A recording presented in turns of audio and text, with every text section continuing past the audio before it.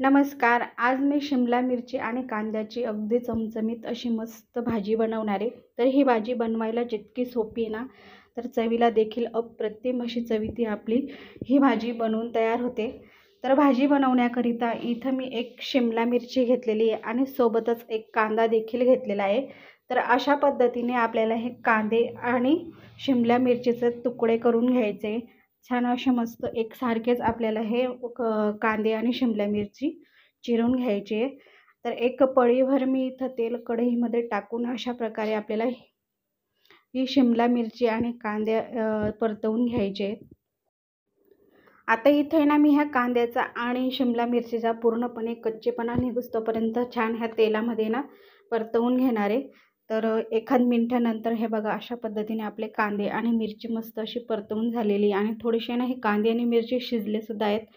तर आता त्याच कढईमध्ये ना मी 2 ते 3 चमचे तेल गरम करून घेतलेलं आहे. अर्धा चमचा मोहरी आणि सोबतच इथं मी 1 चमचा आहे ना जिरे टाकून घेणार. तर हे तेलामध्ये चांगलं मस्त आपल्याला फुलवून द्यायचं आहे आणि मग आपल्याला याच्यामध्ये कांदा टाकायचा आहे. तर एक मी मध्यम आकाराचा कांदा अशा प्रकारे अगदी बारीक असा चिरून घेतलेला आहे आणि ते आपल्याला इथं तेलामध्ये छान मस्त सोनेरी रंग येईस्तोपर्यंत ना इथं मी परतवून घेणार. तर हे बघा छान असं आपला अर्धवट असा मस्त कांदा परतवून झालेला आहे ना. तर याच्यामध्ये मी 1 चमचाभर इथं मी अद्रक लसूणची पेस्ट टाकून घेणार आहे आणि ती देखील आपल्याला ह्या कांद्यांसोबत व्यवस्थित अशी ना परतवून घ्यायची. आणि हे बघा आपले दोघं पण वस्तू छान मस्त परतून झालेले आहेत. आता मी याच्यामध्ये 1 चमचाभर धना पावडर, सोबतच लाल चटणी चमचाभर, पाव चमचा हळद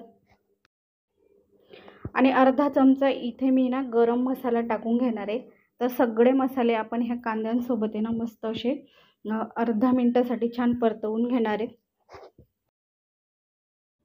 तर हे बघा आपले मसाले देखील छान तेलामध्ये परतले गेलेले आहेत. आता लगेच याच्यामध्ये मी एक किसून घेतलेला टोमॅटो टाकणार आहे. तर तुम्ही इथं टोमॅटोला बारीक चिरूनसुद्धा घेऊ शकतात किंवा याची ना पेस्टसुद्धा बनवू शकतात. ती देखील तुम्ही इथं या भाजीमध्ये वापरू शकतात. तर अशा प्रकारे छान असे मस्त आपले टोमॅटो देखील मस्त परतले गेलेले आहेत.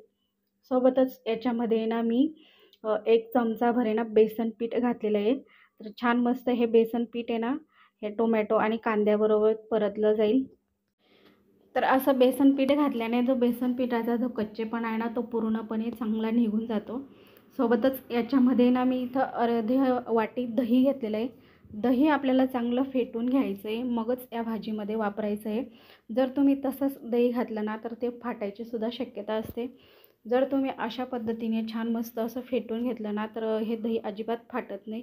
तर हे बघा अशा पद्धतीने छान मस्त असं मी हे सर्व दही आणि आपले हे जे काही मसाले आपण घातले होते ना त्याच्यामध्ये व्यवस्थित असं मिक्स झालेलं आहे आणि अजिबातसुद्धा फाटलेलं नाही. हे बघा पाहू शकता तुम्ही मस्तच अशी आपली इथे ना ग्रेव्ही अशी तयार झालेली आहे.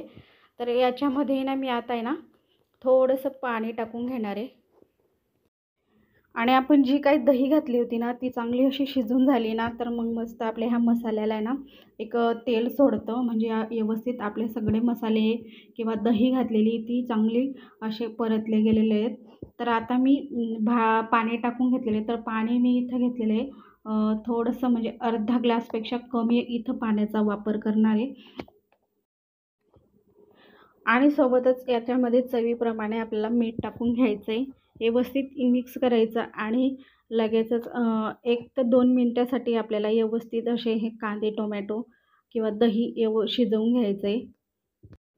म्हणजे आपण जे काही सर्व साहित्य वापरलं होतं ना तर ते फक्त तेलामध्ये परतून घेतलं होतं.